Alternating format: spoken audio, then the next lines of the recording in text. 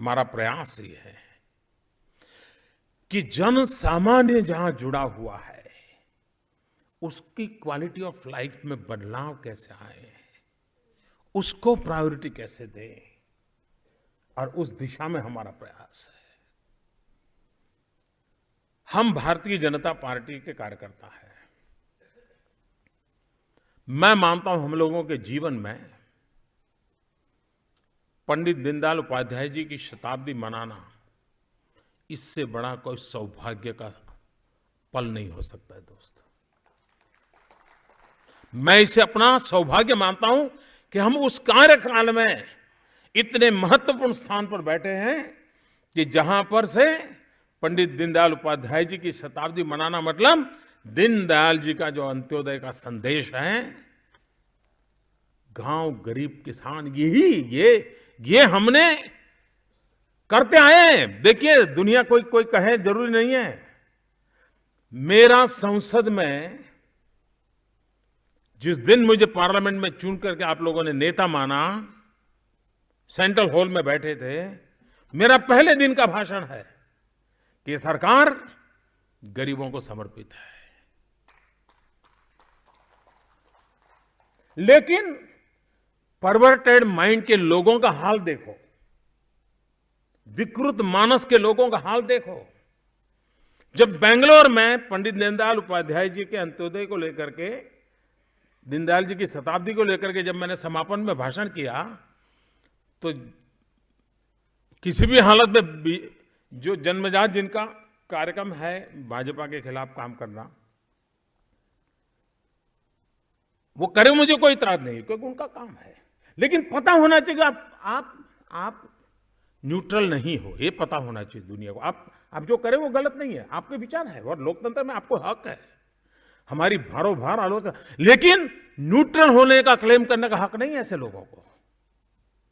उन्होंने क्या कहा, ये लैंड एक्विजिशन बिल के कारण मोदी अब गरीबों की बात कर रहा है। अभी तो प्रधानमंत्री पद का शपथ बाकी था, सिर्फ नेता के नाते चुना गया था, और मैंने दिल से कहा है ये सरकार गरीबों को समर्पित है। पर झूठ इतना चलाया जाता है, झूठ इतना चलाया जाता है। और मित्रों, मैं बताता हूं, आप जनता पे भरोसा कीजिए और कोई व्यवस्था पे भरोसा मत कीजिए।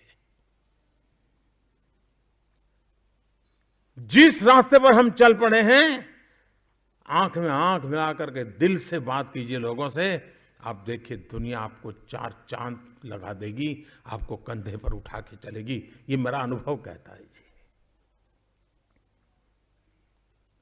कोई मुझे कल्पना कर सकता है आखिरकार सरकार ये क्यों मिशन लेके चली है कि भाई हमारा सपना है कि देश की आजादी के 75 साल हो, हर किसी का अपना रहने के लिए घर हो। ये किसके लिए है? हर किसी को रहने के लिए अपना घर, वो किसके लिए है? कौन लोग हैं जिसके पास घर नहीं है? ये अमीर है क्या?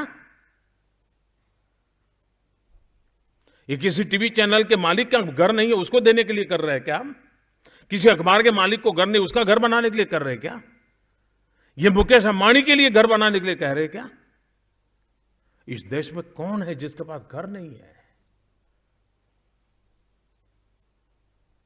और परिवार बिना छत के हैं, उसके लिए अगर मैं ये कहूं कि पुरानी सरकारें जिम्मेवार है, तो मैं गुनहगार हूं क्या? कहीं हकीकत नहीं है कि देश आजाद होने के बाद जितने लोगों के पास घर था, आज 60 साल के बाद बिना घर के लोगों की संख्या बढ़ गई है।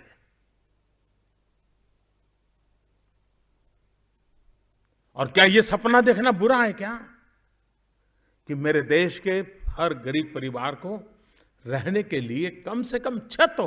और हम चाहते हैं, हम उसमें कुछ पैरामीटर तय करते हैं। हम कहते हैं कि भाई घर हो, घर में बिजली हो, पानी का प्रबंध हो, शौचालय हो, बच्चों के लिए शिक्षा की व्यवस्था हो, बूढ़ों के लिए अस्पताल की व्यवस्था हो। क्या गरीब के लिए ये सब होना चाहिए? नहीं होना चाहिए। इस काम को लेकर के हम चल रहे हैं और सारे निर्णय नीतियां उसी के आसपास चल रही है। अब लोग करप्शन की चर्चा करते हैं। अच्छा है, इस सरकार पे नहीं कर रहे, लेकिन जैसे इस सरकार को करप्शन पर बोलना भी गुनाह हो गया, इस प्रकार से हमको इन दिनों नोच लिया जाता है। क्या इस देश में करप्शन था कि नहीं था? यह देश करप्शन के कारण परेशान था कि नहीं था?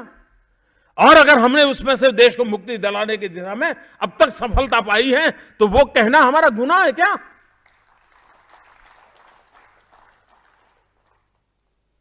सीमेंट का थैली, बोरी, सीमेंट की बोरी, कभी सरकार में सीमेंट की बोरी, बोरी बोलते हैं ना, सीमेंट का थैला, हाँ? सीमेंट का बैग कभी 300 साढ़े 300 रुपए में लिया जाता है। आज ये सरकार के द्वारा प्रयास कर करके शायद उसको 100-150 तक ले आए हैं शायद, हाँ? 120। अब ये जो बदलाव आया है, ये बदलाव आया है घर बनाने में, सस्ता मकान बनाने में काम आएगा कि नहीं आएगा? सरकार की इमारतें बनाने में सस्ता से बनने में काम आएगा कि नहीं आएगा? सरकारी खजाने का पैसा बचेगा कि नहीं बचेगा? जो पैसा बचेगा वो गरीब के काम आएगा कि नहीं आएगा? और इसलिए मैं कहता हूं भाइयों, हमने सरकारी तिजोरी में से कितने रुपए लुटा दिए, इसके आधार पर हम गरीबों का भला कर रहे हैं नहीं कर रहे इसका निर्णय नहीं होता है। हम गरीबों की जिंदगी किस प्रकार से बदलने के लिए एक के बाद एक कदम उठा रहे हैं, इस पर निर्णय होता है कि हम किस प्रकार से चलना चाहते हैं। आप एक अस्पताल बना करके वाहवाही लूटते हो, मैं एक शौचालय बना करके आरोग्य की गारंटी दे सकता हूं। अस्पताल तो बात की बात है, हम अस्पताल भी बनाएंगे और पहले की सरकारों ने बनाई है उससे ज्यादा बना करके जाएंगे, मैं आपको विश्वास दिलाता हूं दोस्तों। लेकिन शौचालय के पीछे हम क्यों लगे हैं जी? क्या आजादी के इतने साल के बाद हमारी माताएं बहनें इज्जत के साथ रहनी चाहिए कि नहीं रहनी चाहिए? क्या उनको सम्मान नहीं मिलना चाहिए? और अगर टॉयलेट को लेकर के मैं सभी सांसदों से आग्रह करता हूं कि आप इसको एक आंदोलन को चलाइए, ये समाज के आशीर्वाद मिलेंगे। और आप विश्वास कीजिए दोस्तों, मैं आज जहां हूं, मेरे गुजरात के 14 साल के मुख्यमंत्री का अनुभव है, माता बहनों का आशीर्वाद मुझे बहुत काम आया है। वे शक्ति है, उसकी आवश्यकताओं की ओर ध्यान देना यह हमारा कर्तव्य है।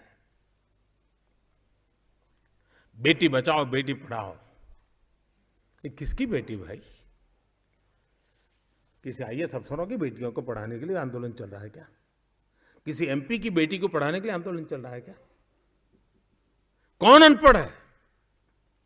शिक्षा से वंचित कौन लोग रहे हैं? इस देश में माइनॉरिटी की बच्चियां सबसे ज्यादा अशिक्षित हैं भाइयों। ये समाज कैसे चलेगा? अगर मेरे मुसलमान परिवार की बेटियां भी अशिक्षित हैं तो मेरा देश आगे नहीं बढ़ सकता है।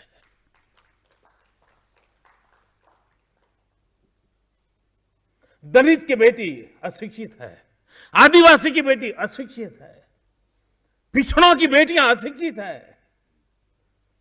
ये बेटी बचाओ बेटी पढ़ाओ। मुझे अभी जाट समाज के नेता मिलने आए थे, उनके आरक्षण का मुद्दे का जो सुप्रीम कोर्ट में आया तो उसके बाद आए थे। मेरा कर्तव्य बनता है मिलूं। उन्होंने मुझे अपनी बातें बताई, फिर मैंने उनसे कहा अब ये कोई पॉलिटिशियन कर सकता है नहीं कर सकता मैं नहीं जानता हूं, लेकिन मैं शायद उस ब्रीड का हूं ही नहीं, इसलिए मैंने कह दिया उनसे। मैंने कहा आपकी बात चलो, जो कानून का काम करेगा, हमें जो करना होगा हम करेंगे, हम कोर्ट में जो गतिविधि करनी होगी करेंगे। लेकिन मैंने कहा आप मेरा एक काम करोगे क्या? मुझे वादा करो। तो चौंक गए। मैंने कहा मैं प्रधानमंत्री हूं और देश का प्रधानमंत्री आपसे आज कुछ मांग रहा है। मैंने कहा मुझे वादा करो। जाट समाज को कहा मैंने, वादा करो बेटी बचाने का। अब भ्रूण हत्या नहीं होगी हमारे समाज में, बेटियों को मां की गोद में मार नहीं देगी।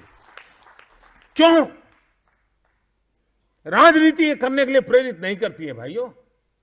ये राष्ट्र नीति है जो हमें करने के लिए मजबूर करती है, हमें प्रेरित करते, हमें आंदोलित करती है। और इसलिए हमारी हर गतिविधि राजनीति की तराजू से न तोली जाए, राष्ट्र नीति के तराजू से तोली जाए। एक सपना लेकर के चले हैं।